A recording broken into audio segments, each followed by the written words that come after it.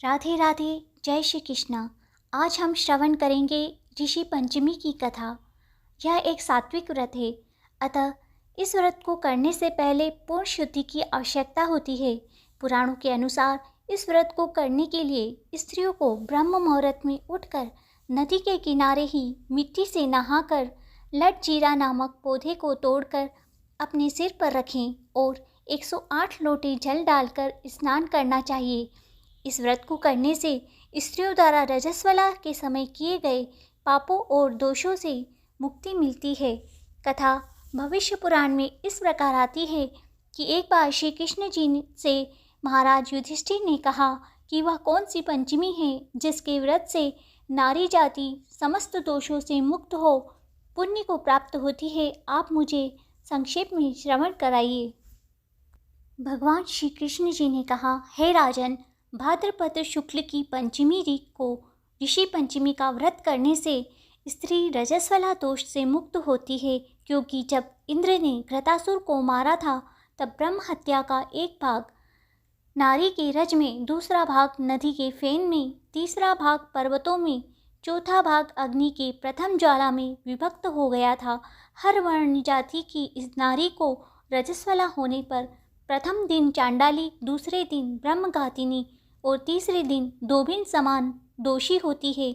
इससे उस दिन प्रति वस्तु छूने से अपवित्र होकर दोष होता है। इस ऋषि पंचमी व्रत के करने से वह दोष मुक्त होकर नारी पवित्रता को प्राप्त होती है। हे राजन, विदर्भ देश में शैन्यचित नाम का एक राजा था और उसी राज्य में विष्णेश नाम का एक व्यापारी रहता था। उसकी पत्नी जयश्री बहुत ही धर्मपरायण स्त्री थी। एक दिन उन्होंने 7 ब्राह्मणों को अपने घर भोजन पर बुलाया, लेकिन उसी दिन वह रजस्वला हो गई। उसे कुछ समझ न आया कि वह क्या करे। यह समस्या लेकर वह पड़ोसन के घर गई। पड़ोसन ने कहा, तुम 7 बार नहाकर 7 बार नए वस्त्र बदल लो और फिर तुम भोजन बना सकती हो। जयश्री ने ऐसा ही किया। ब्राह्मण भोजन करने बैठे, लेकिन जब भोजन परोसा गया तो ब्राह्मणों की दिव्य दृष्टि से उन्हें भोजन में कीड़े दिखाई दिए। उन्हें ज्ञात हो गया कि ये भोजन तो दोषयुक्त है। वे क्रोधित हो गए और उन्होंने पति पत्नी को श्राप दे दिया।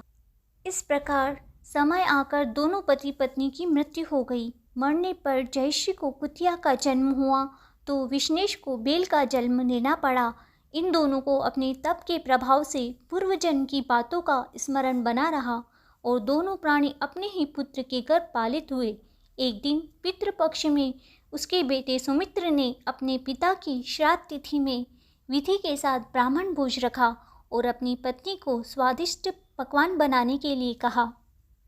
अपने पति के वचन सुनकर उसने विविध प्रकार के पकवान, खीर आदि बनाकर तैयार किए और किसी काम से बाहर चली गई कि वहाँ एक सर्प आया और आकर रसोई के बर्तन में विष उगल दिया।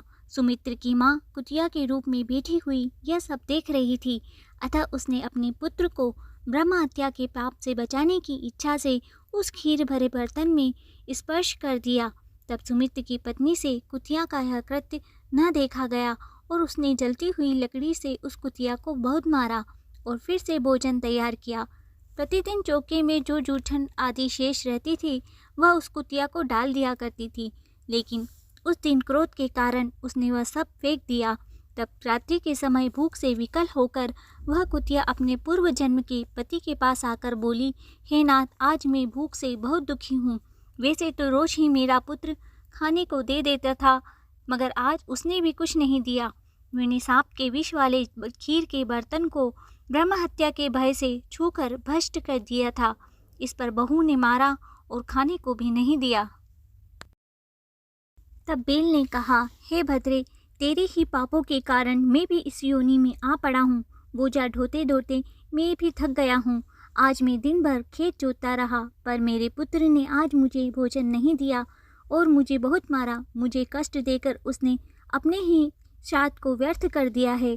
अपने माता पिता की इन बातों को सुनकर सुमित्र बहुत दुखी हुआ। उसने उसी समय उनको भोजन कराया। उनके दुख से दुखी होकर वह वन में चला गया।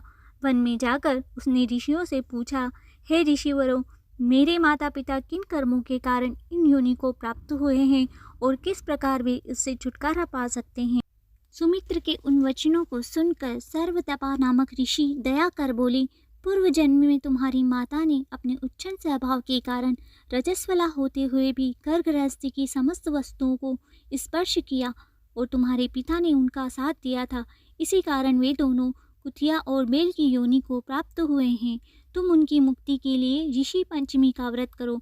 भादवा मास के शुक्ल पक्ष की पंचमी आए तब दातुन आदि करके नदी के पवित्र जल में स्नान करें और नवीन वस्त्रों को धारण करके अरुंधति सहित सप्त ऋषियों का पूजन करो। श्री कृष्ण बोले, हे राजन, सर्वतपा ऋषि के इन वचनों को श्रवण करके सुमित्र अपने घर लौट आया और ऋषि पंचमी का दिन आने पर अपने स्त्री सहित उस व्रत को धारण किया।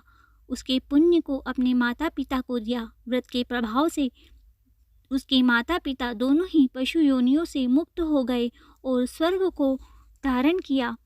हे राजन, इस व्रत को करने से अनेकानेक उत्तम फल की प्राप्ति होती है। समस्त तीर्थ यात्राओं, समस्त व्रतों और समस्त दानों से जितने भी फल प्राप्त होते हैं वे केवल अकेली ऋषि पंचमी के व्रत से ही प्राप्त हो जाया करते हैं। जो स्त्री इस व्रत को करती है वह समस्त सुखों को पाती है। यह व्रत समस्त ऐश्वर्य को देने वाला है, स्त्री के समस्त पापों को नष्ट करने वाला है। इस कथा को पढ़ने और सुनने सुनाने वालों को भी समस्त पाप नष्ट हो जाते हैं और अंत में स्वर्गलोक की प्राप्ति होती है। तो आप भी कमेंट में जय ऋषि महाराज लिखना ना भूलें और अगर चैनल पर नए हैं तो सब्सक्राइब जरूर कर लें। जय ऋषि महाराज।